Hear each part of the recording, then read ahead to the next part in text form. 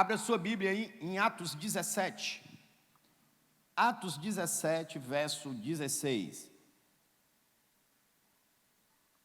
Já é a terceira vez nesse mês que eu prego sobre o livro de Atos. Eu tenho uma prática. Todo mês ou a cada 2 meses eu fico mudando de livro e eu volto a estudar. E esse é um momento que eu estou mergulhando no livro de Atos, né? No nascimento da igreja, na progressão, no crescimento, na capacitação de liderança. E Deus sempre renova algo sobre o entendimento da palavra e consolida conhecimentos já adquiridos. E eu vou pregar hoje sobre a viagem de Paulo em Atenas, na cidade de Atenas. E a palavra de Deus diz o seguinte: enquanto esperava por eles em Atenas, por quem? Por Timóteo e Silas. Paulo ficou profundamente indignado ao ver que a cidade estava cheia de ídolos.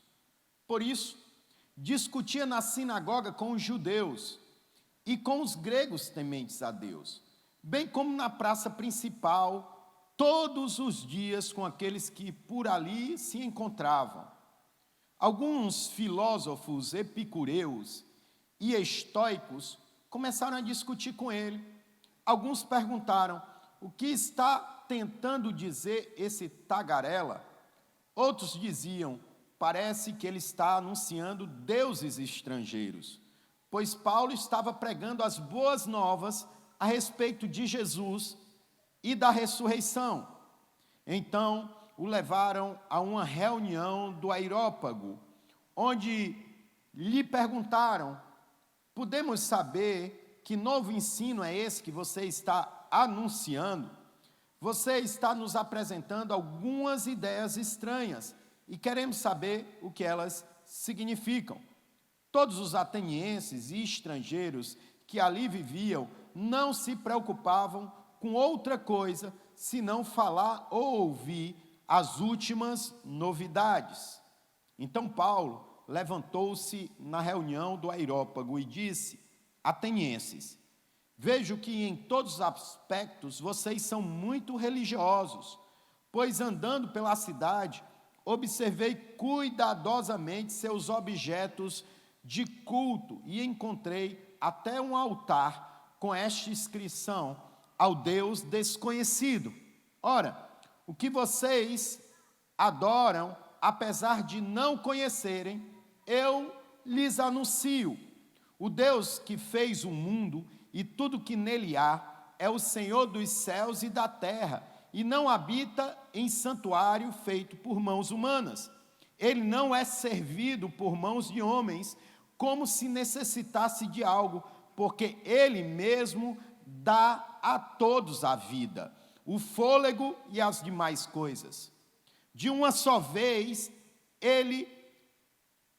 de uma só fez ele todos os povos, para que povoassem toda a terra, tendo determinado tempo anteriormente estabelecido e os lugares exatos que deveriam habitar. Deus fez isso para que os homens o buscassem e talvez, tateando, pudessem encontrá-lo, embora não esteja longe de cada um de nós. Pois nele vivemos, nos movemos e existimos, como disseram alguns dos poetas de vocês. Também somos da descendência dele. Assim, visto que somos descendências de Deus, não devemos pensar que a divindade é semelhante a uma escultura de ouro, prata, pedra, feito pela arte e imaginação do homem.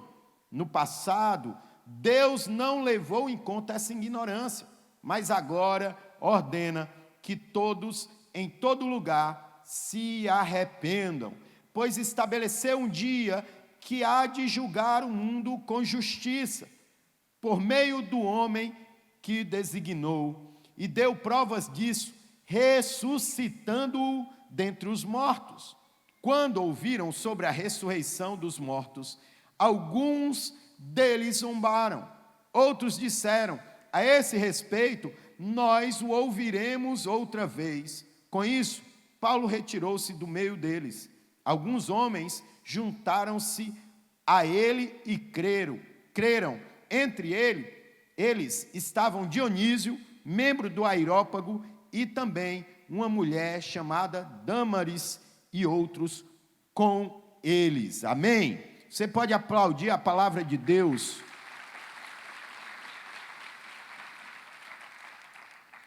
Vamos orar, Pai. Obrigado, Senhor, por esse domingo.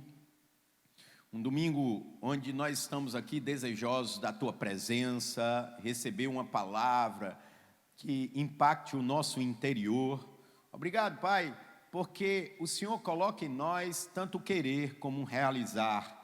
O Senhor colocou o querer de estar aqui, e eu creio que o Senhor vai realizar grandes coisas no nosso meio. Por isso eu te peço que o Teu Espírito Santo hoje tenha liberdade de ministrar os nossos corações, e usa-me como instrumento de Tua voz e dos Teus pensamentos para alcançar o Teu povo, no nome de Jesus. Amém? Hoje nós vamos entrar nessa caminhada de Paulo.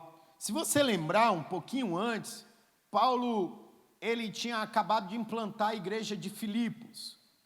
E a igreja de Filipos e as outras igrejas que ele passou, como Tessalônica e também por Bereia, foram igrejas que nasceram a partir da obediência dele. O intuito de Paulo era ele subir para a Ásia Menor, ele queria levar o evangelho para a Ásia. E por 2 vezes ele teve um impedimento do Espírito Santo. O Espírito Santo fez com que ele não fosse para aquele lugar. E ele dormindo em uma noite, ele é visitado por um sonho, e um homem que clamava que ele passasse para a Macedônia. Irmãos, o que Paulo vivia era uma vida direcionada pelo Espírito Santo. Atenas não estava no planejamento, nem no projeto de Paulo de ser alcançada naquele momento. Não estava na agenda dele, mas estava na agenda de Deus. Quem sabe hoje você estava aqui, chegou aqui, mas não estava na sua agenda, nem na sua programação, mas estava na agenda de Deus. Se você está aqui, há um propósito para você estar aqui nesse lugar. Nós precisamos aprender com a vida de Paulo, que temos que ser homens e mulheres com a agenda aberta para Deus colocar a nossa rotina, para tocar, para mudar os nossos caminhos. Se nós tivermos essa liberdade e dermos isso ao Espírito Santo, nós vamos viver coisas grandiosas no nome do Senhor. Você pode dizer isso: Senhor, faça a minha agenda, faça o meu planejamento, porque eu quero viver os planos dos céus na minha vida e na minha casa. Amém? Depois de plantar essa igreja de Filipos, depois de passar pela jornada de Tessalônica e Bereia, ele aporta numa das cidades mais desafiadoras, que é a cidade de Atenas. Por que ela é uma cidade desafiadora? Atenas era um centro filosófico. Sócrates, os filósofos, Aristóteles, berços de doutrinas filosóficas como epicureus e estoicos nasciam ali. O Areópago, que a gente está falando aqui, era um local de reunião de pessoas inteligentes, de pessoas sábias. E havia um desafio para Paulo. E como ele vence esse desafio? Ele começa a vencer esse desafio, e a Bíblia aqui nos mostra que quando ele chega, ele fica profundamente indignado por ver idolatria na cidade. Nós precisamos aprender com Paulo, irmão, de ter um espírito de indignação com o pecado. Indignação com o pecado do mundo, mas indignação com o nosso pecado. Se nós queremos crescer como cristãos verdadeiros, sabe, a gente precisa ter enjoo quando peca. A gente precisa olhar para a nossa vida e ver o que está desalinhado e sermos críticos com nós mesmos. Paulo estava olhando para a cidade, mas se você ler as cartas paulinas, você vai ver Paulo olhando para si o tempo todo. Ele diz, dos pecadores, maior fui eu. Ele diz, eu tenho um espinho na carne, eu tenho algo que eu preciso vigiar e cuidar.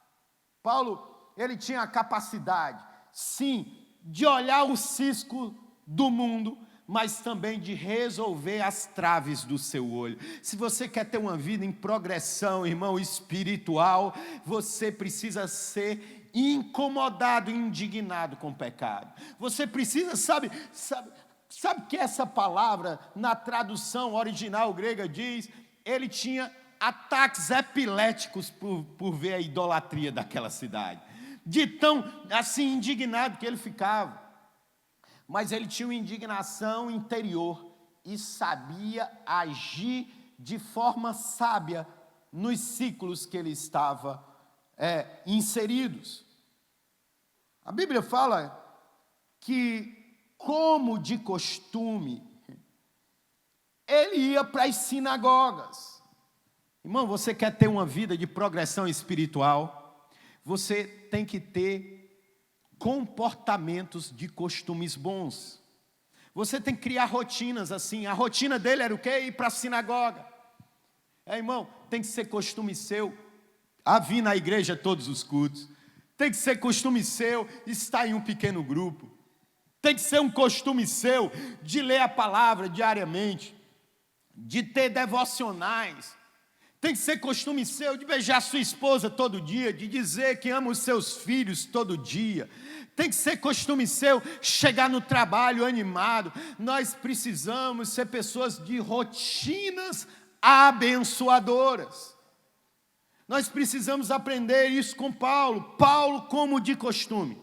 Paulo estava num dos seus maiores desafios nesse momento.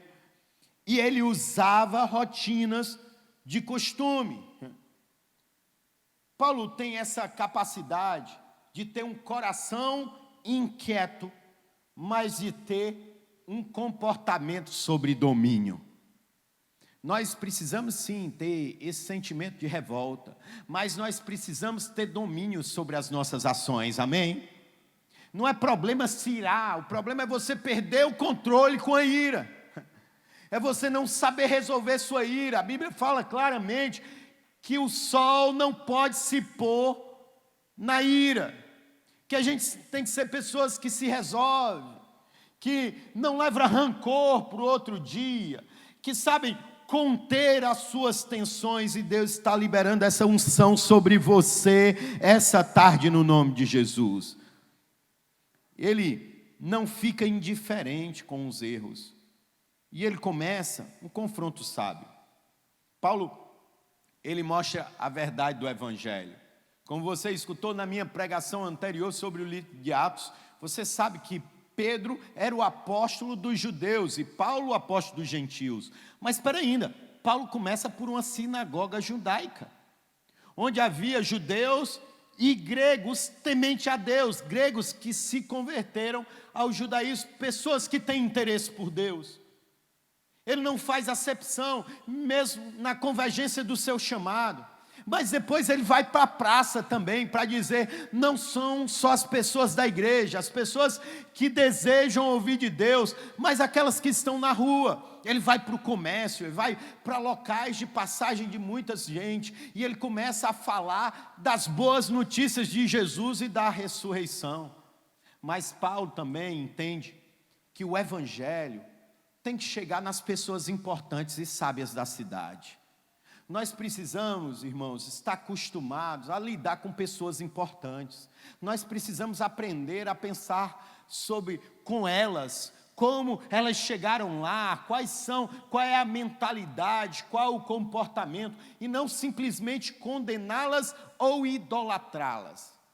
Quando chegar uma pessoa muito importante nessa igreja, irmão, por favor, não fique tirando foto nem pedindo autógrafo.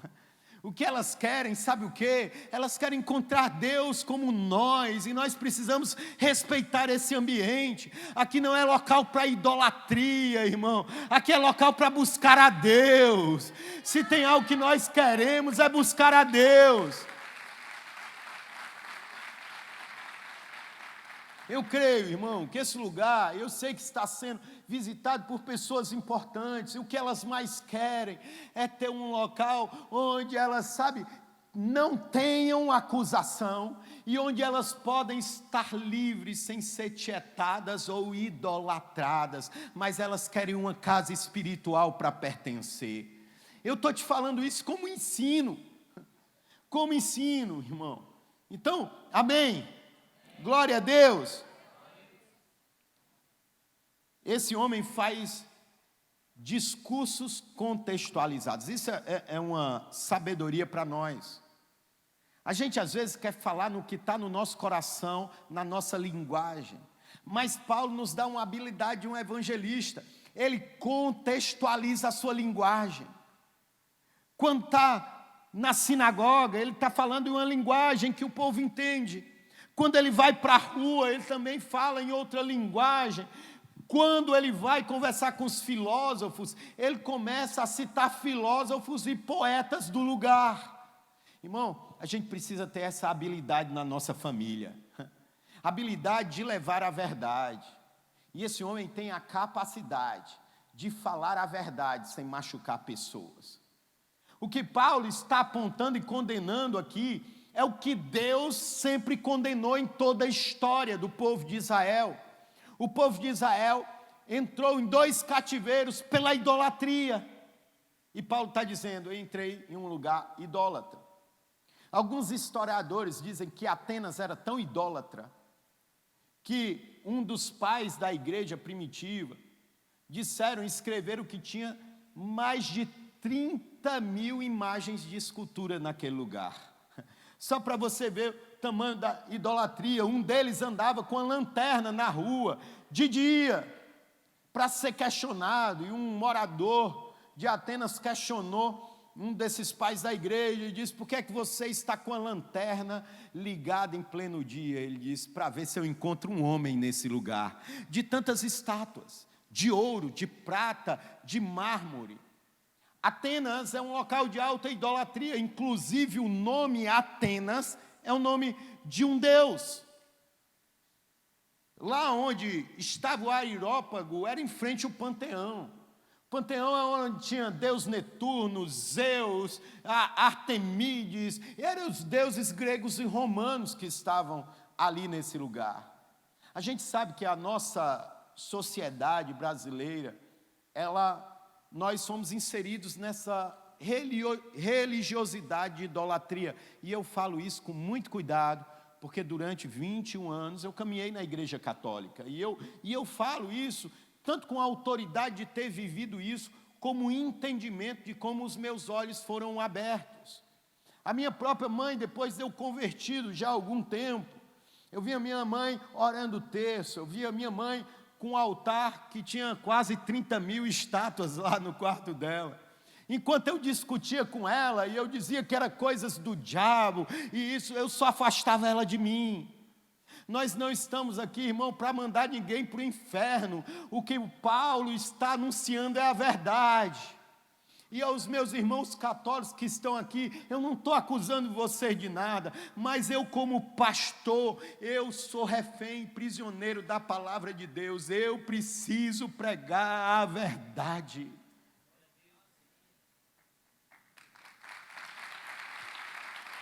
E que Deus me dê graça de falar isso. E eu disse, rapaz, não dá certo, e Deus disse, cala, não fala mais nada com a tua mãe. Então eu parei de calar, eu parei, sabe, os crentes às vezes têm comportamentos chatos, irmão, e esquecem a caminhada, esquecem de se resolver, mas para apontar é muito fácil. Irmão, o nosso trabalho não é de acusar, a acusação pertence a Satanás, irmão. O nosso trabalho é pregar a verdade, as boas novas e a ressurreição de Jesus, amém? Esse é o nosso trabalho. E minha mãezinha, eu parei de falar com ela sobre esses assuntos. Aí ela passava pelas crises e via que eu estava crescendo no Evangelho. Aí o que ela fazia? Me pedia conselho. Quando ela me pedia, eu dava. Quando ela perguntava, achava, dava. Sabe? Porque a imagem, o problema não é a imagem, o problema não é São Paulo, São Pedro, Maria. Não, entenda, eu amo todos eles e eu quero ser como eles. Eles eram como Cristo e eu também quero ser como eles, porque eles são como Cristo. Maria tem muito que nos ensinar e inspirar, que Deus me desse e fosse como Maria, um agraciado do Senhor, um que tem acesso, agraciada que tem acesso à graça. Nós somos agraciados de Deus, amém? Nós temos acesso à graça. E um verdadeiro crente, cristão, tem que amar Paulo, tem que amar Maria, Pedro, Tiago, João, quem quer que seja exemplo de Cristo, mas jamais pode idolatrar.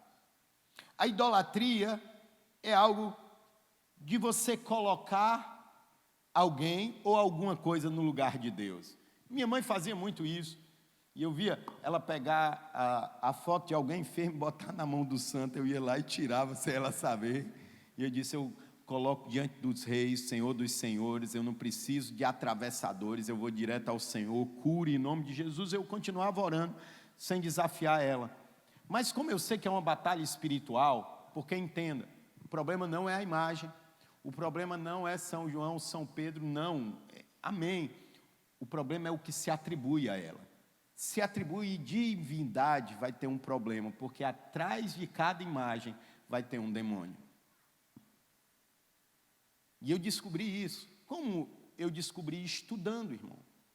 Você sabe como nasceu as imagens hoje que nós vemos nas ruas, nas praças, em todos os lugares? Ela nasceu no cristianismo a partir de Constantino. Constantino estabeleceu o cristianismo como religião oficial. E o panteão romano e o panteão grego, que é descrito por Paulo, foi abraçado pelo cristianismo. Se você for ver, por exemplo,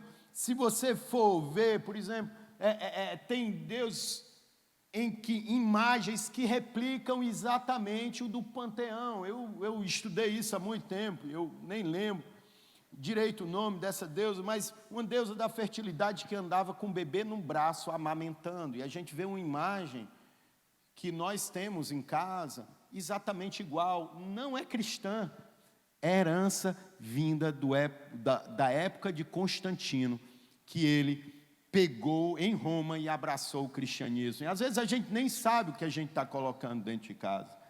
Mas o fato é que a idolatria, ela tomou uma dimensão ainda maior. A idolatria não parou em imagem. Você sabe que a gente, crente, protestante, que confessa Jesus, somente Jesus como Senhor e Salvador, nós podemos estar idolatrando tantas coisas. Tem gente que idolatra a profissão, tem gente que idolatra o próprio corpo, a beleza, tem gente que idolatra o dinheiro, tem gente que idolatra o esposo, a esposa. Tudo aquilo, irmão, que você colocar no lugar de Deus é idolatria. Tudo, exatamente tudo. E nós precisamos entender que o único digno de adoração é Jesus, o Rei dos Reis e o Senhor dos Senhores.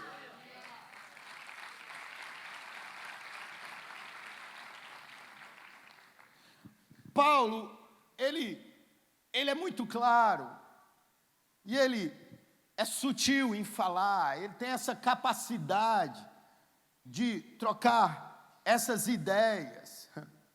Ele chama as pessoas para sair desse caminho. E é muito legal, irmão, que eu gosto muito da palavra de Deus, é quando a palavra de Deus nos mostra o erro, a imperfeição, nos mostra o caminho da correção.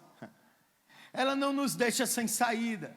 A pior situação é quando alguém fala que a gente está errado, mas não diz como a gente resolve, não é não? É pior, causa um peso. Mas Paulo dá. Ele disse, é o caminho do arrependimento. É o caminho de crer na ressurreição. É o caminho de crer no que é certo. Mas a gente vê alguns comportamentos que nós precisamos aprender. O que Paulo começa a discutir na cidade são pensamentos culturais. A maior guerra desse tempo é a guerra de ideias e de ideologias, amém? É um conflito de ideias, de culturas. A cultura do mundo, ela quer sobressair a cultura da igreja. E eu vou te mostrar aqui que da cultura romana e grega, a igreja de muitas coisas abraçou. Ele fala aqui dos estoicos e fala também dos epicureus, que era quem questionavam Paulo. Sabe o que os epicureus acreditavam? Eles achavam que morreu e acabou. Eles não criam na vida após a morte. E tudo que a gente crê tem uma consequência. Tudo que a gente acredita tem uma reação. E por eles acreditarem que não existia vida após a morte, eles criam que o fim do homem era se deleitar a todos os prazeres. Por isso que eles se entregavam a tudo que dava prazer a ele. Eles pregavam a fuga. E eles pregavam, sabe o quê? O acaso. A gente olha para a nossa sociedade e a gente é inserido nesse pensamento. Músicas de um filósofo que diz: deixa essa vida me levar, a vida leva eu. Ele está pregando o acaso. A música do Titãs que diz: o acaso vai me convencer, não é isso? Quando eu andar distraído. Olha como esse pensamento é liberado sobre nós. Eu vim te dizer claramente: você não é fruto do acaso, você é fruto do propósito de Deus. Você não é um erro do seu pai, nem da sua mãe, ou muito mais um acerto deles. Você é um projeto perfeito de Deus. Há um propósito para a sua vida e para a sua família. Para nós que caminhamos em Jesus, não existe acaso, nem sorte, nem coincidência, existe Jesuscidência. A gente não entende que às vezes está dando tudo errado, mas de repente a gente tropeça nas coisas e começa a dar tudo certo, e a gente nem sabe por que é porque Jesus resolveu nos abençoar. Você é fruto do propósito de Deus. Me ajuda aí, faz um barulho aí para o Senhor.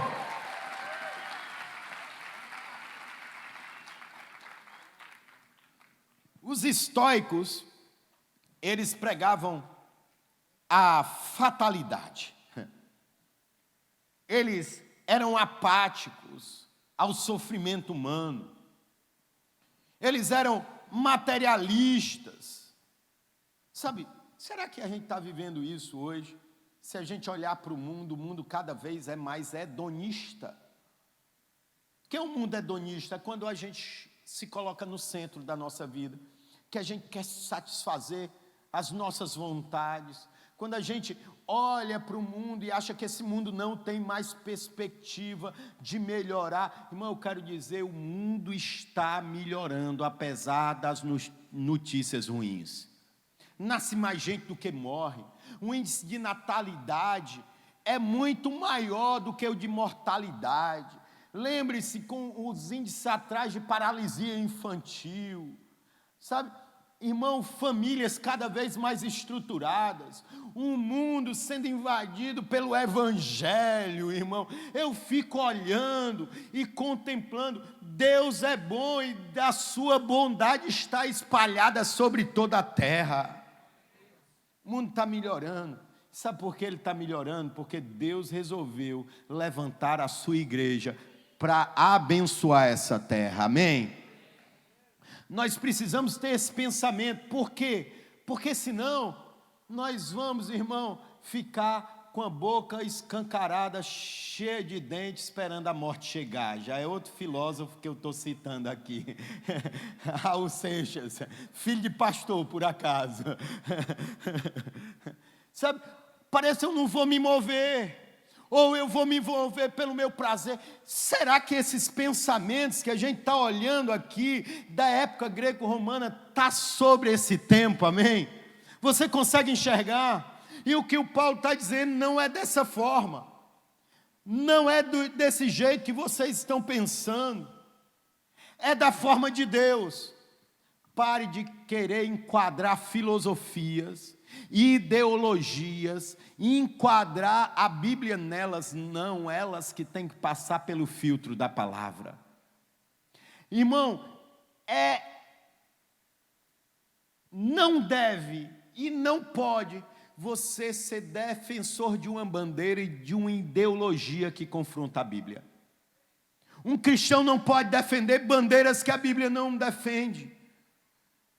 Nós precisamos amar todas as pessoas, mas nós defendemos uma só bandeira, e o nome dessa bandeira significa Jeová Nissi, o Senhor é a nossa bandeira. Nós precisamos ter essa convicção de Paulo, mesmo estando cercado de pessoas que pensam diferente, mas a verdade para nós continua sendo a palavra. Continua, sabe, sendo afastado de Deus, o adúltero, o ladrão, sabe, o feiticeiro, e também aqueles que praticam a sexualidade fora da palavra. Não vamos abraçar ideologias que não cabem na palavra de Deus. Sabe, o modernismo, não, irmão, não, e nessa época já existia. Os epicureus se entregavam aos prazeres. E Paulo começa a mostrar quem era o Deus que ele cria, quem era Jesus. E ele está dizendo, olha, esse não é um que vai ser servido por mãos humanas. Eles eram tão inteligentes lá na época, em que eles deixaram um altar vazio, sabe por quê? Porque o pensamento deles é que se eles não agradassem aos deuses, os deuses vinham amaldiçoá-lo. Por exemplo, no panteão tinha um deus chamado Baco. E a forma de você agradar Baco era fazendo rituais de embriaguez e de orgias sexuais. Daí surgiu o nome Bacanais. Bacanais era uma festa para o deus Baco. E se não fosse, esse deus ia ficar com raiva e ia amaldiçoar ali Atenas e todos os povos que adoravam a Baco. E assim eles fizeram com todos os deuses. Existia um deus que a gente conhece bastante, e a Bíblia cita, como Moloque. A maneira de agradar Moloque era sacrificando os filhos. A boca de Moloque era uma fornalha que queimava e os filhos eram lançados ali para alimentar aquele Deus. E eles eram tão inteligentes que eles deixaram o altar vazio, porque eles pensavam o seguinte: se o Deus que a gente esqueceu vier nos amaldiçoar, a gente diz que esse altar que está vazio era o dele, que a gente esqueceu. Mas Paulo diz, esse altar é de um Deus que ele não habita em construções, que ele não é servido por mãos humanas, mas ele é o Criador de todas as coisas. Sabe, o nosso Deus é um Deus que não é para ser servido por nós, mas é a gente aceitar Ele nos servir. Jesus disse que o maior no reino dos céus é aquele que serve. Jesus é aquele que pegava a toalha, amarrava na cintura e ia lavar os pés dos apóstolos. Jesus é aquele que dizia: aquele que quer me seguir, negue-se a si mesmo e carregue a sua cruz. Sabe, o nosso Deus é um Deus perto, que quer nos servir, que quer nos amar. E essa, sabe, é a grande chave do cristianismo. Porque o sacrifício que era para agradar os deuses foi feito pelo próprio Deus. Jesus se fez sacrifício por nós. Por isso que a maneira de agradar a Deus não é sacrificar, mas é ter um coração quebrantado e contrito, e andar na obediência, e tê-lo como Senhor e Salvador, e crer na sua ressurreição. Você pode me ajudar aí essa noite a aplaudir ao Senhor?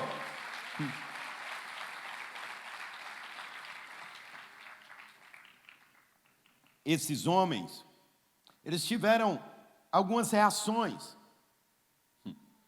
Uma das coisas que eu acho muito interessante de Paulo é que no verso 23, ele diz: observei cuidadosamente.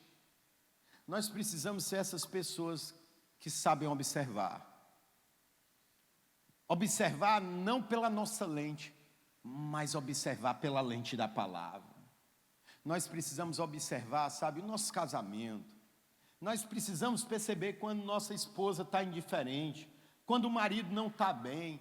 A observação vai te ajudar a entrar no caminho certo. Às vezes a gente está se desgastando em amizades, em relacionamentos, em processos, mas a gente não percebe.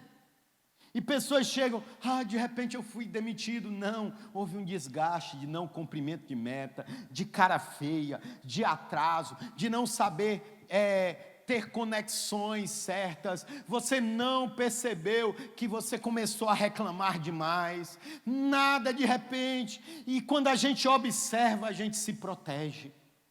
Nós precisamos ter essa característica de Paulo, sermos bons observadores. Observadores de nós mesmos, mas observadores dos ambientes. Entender: eu não pertenço mais a esse ambiente. Eu não pertenço mais a essas relações e essas conexões. Eu não vou ser mais influenciado por essa cultura, por essa ideologia ou por esse pensamento. O que eu quero é a influência dos céus sobre a minha vida. Você precisa observar. Muitas vezes pessoas chegam para mim: pastor, eu estou tão frio. É porque você deixou de observar.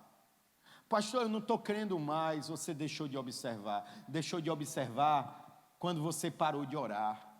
Deixou de observar quando você começou a abraçar notícias ruins. Deixou de observar quando você focou os olhos nos erros e não nos acertos. Deus está te chamando hoje para você ter um olhar de observação. E quando você observa, você vai encontrar o altar certo. E você no altar certo, você vai fluir, vai ter uma convergência dos céus sobre a sua vida, no nome de Jesus.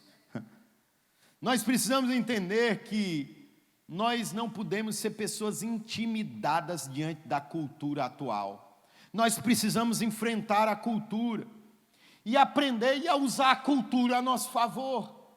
Ele usou a cultura local ao seu favor. Ele pegou esse altar e disse: esse altar é do Deus que eu sirvo e que eu estou pregando. Vocês já o conhecem, mas não sabiam. Sabe, é usar hoje a cultura do amor, sabe?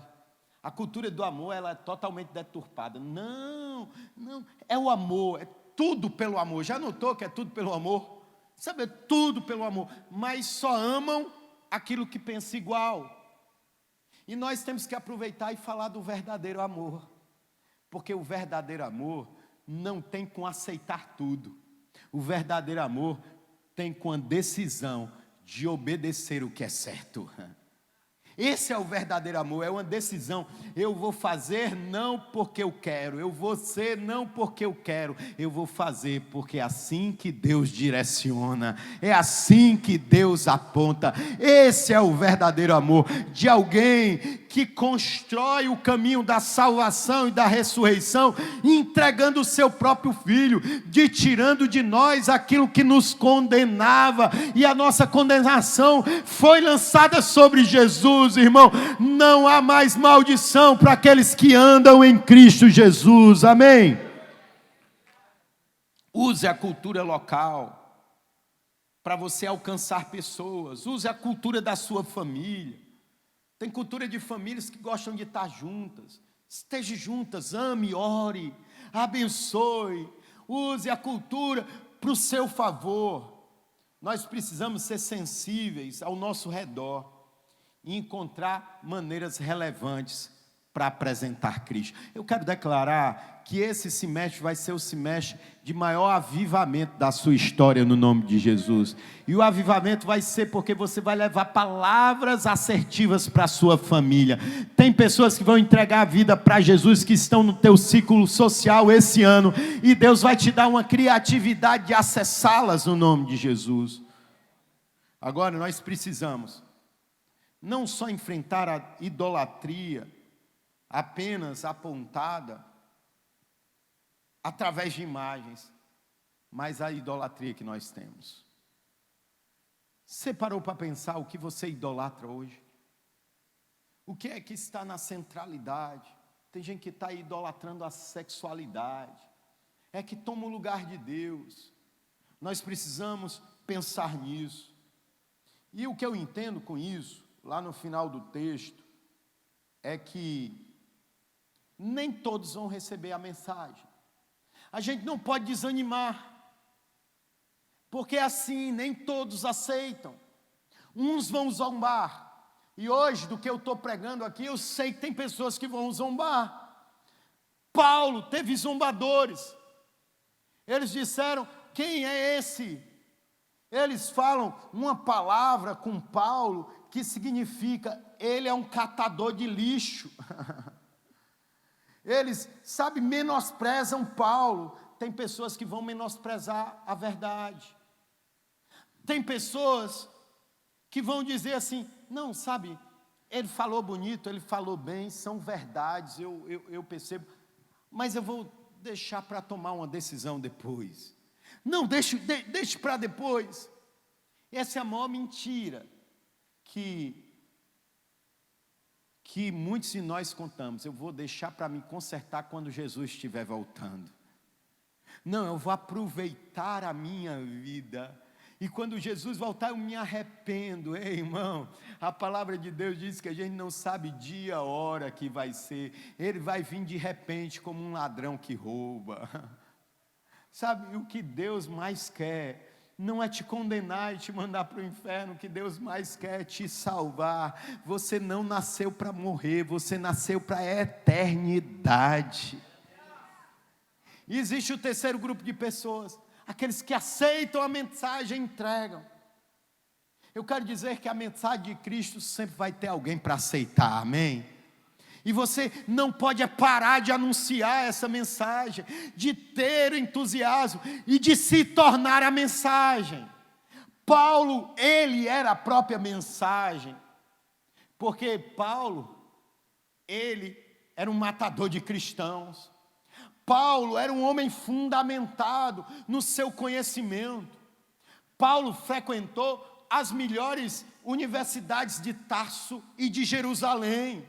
Ele sabia também falar em linguagem elevada, com conhecimento elevado.